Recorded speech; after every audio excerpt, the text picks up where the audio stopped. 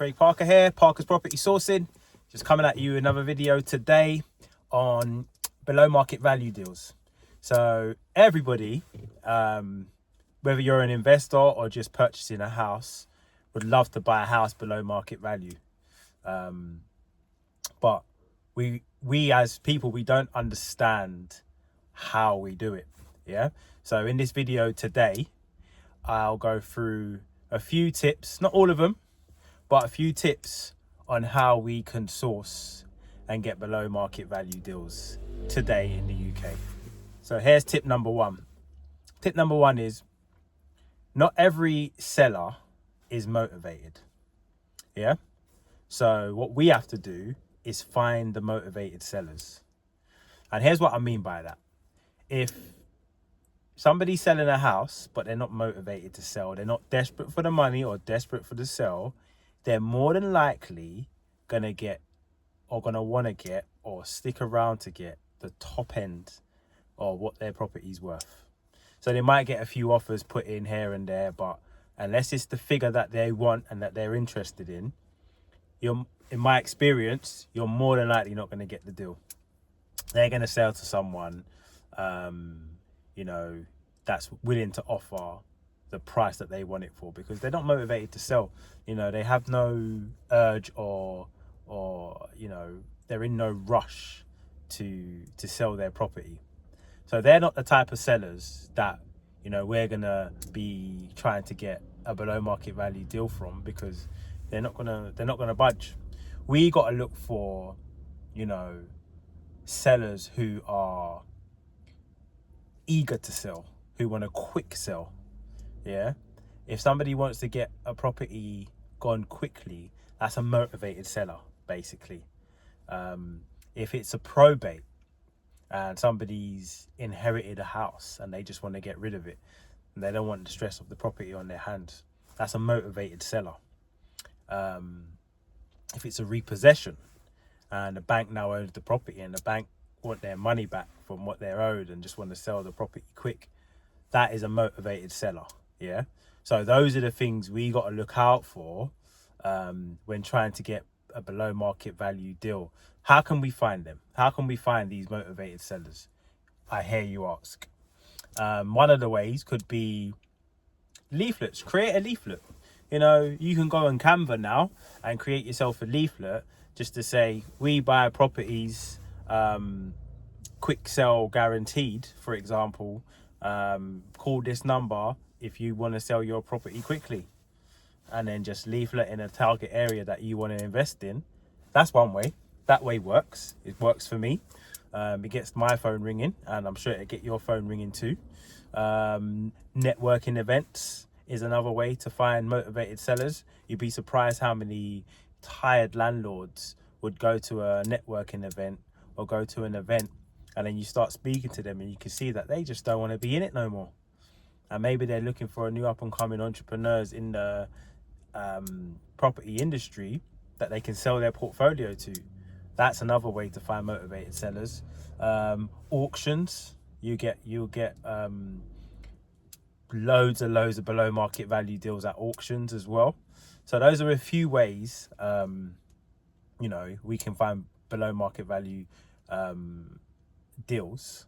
That's tip number one, basically, that not every seller is motivated. So we got to make sure that we find the motivated sellers. Yeah. And a motivated seller is somebody that would value the speed of the deal as opposed to what price they're getting, because they want to get that property off their hands as quickly as possible.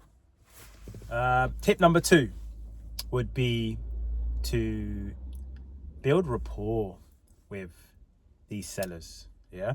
So start building a rapport with sellers, people selling their homes, people selling their properties, landlords, or just normal homeowners. Build rapport with them. Yeah. Don't be a figure or look like somebody who's just there trying to haggle down the price. Be somebody who's there trying to offer them a solution. Yeah. So once you find this motivated seller, wherever you find them, from the tip number one, once you find them and now you're in front of them because they've called you from your leafleting or you've met them at a networking event, now be that person that, you know, they have a rapport with. You know, let them do the speaking. Ask them why they're selling their property. Ask them, find out more information on them. You know, let them sell their property to you, sort of thing. Let them talk about their property, what they like about it, what they don't like about it, and you just listen. Let them speak.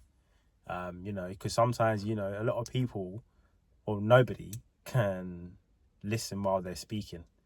Yeah. And as a smart, savvy investor, we want to be in a position where we're listening to the vendors who are selling their properties, building a rapport, not letting them feel like that we're here trying to haggle down a price.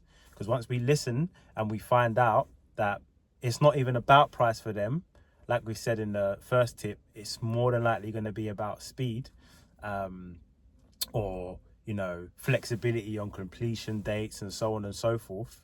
You know, we're in the driver's seat. So, you know, tip number 2 is make sure that we're building a rapport with these motivated sellers, and we're not just coming across as someone who's just trying to haggle a deal. We're coming across as someone who's offering them a solution to sell their property in a manner that works for them. And then tip number 3, just to end it off with, is, you know, follow up on everything with the vendors, with the estate agents, with, you know, whoever the deal source or whoever the person who is selling the deal on. Follow up. Even if you put an offer in and it's been rejected, don't be calling again and trying to haggle down the price or whatever, or be a pest, but just follow up and just say, look, Craig calling in, I put an offer on this property a few weeks ago, just wondering, you know, it got rejected, just wondering if you found a buyer at all, sort of thing. Just follow up on everything,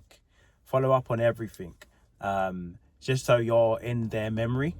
So for example, if you're following up and they have sold their property to somebody else because they've offered a larger price, for example, but that deal falls through, you're going to be in the back of their mind still.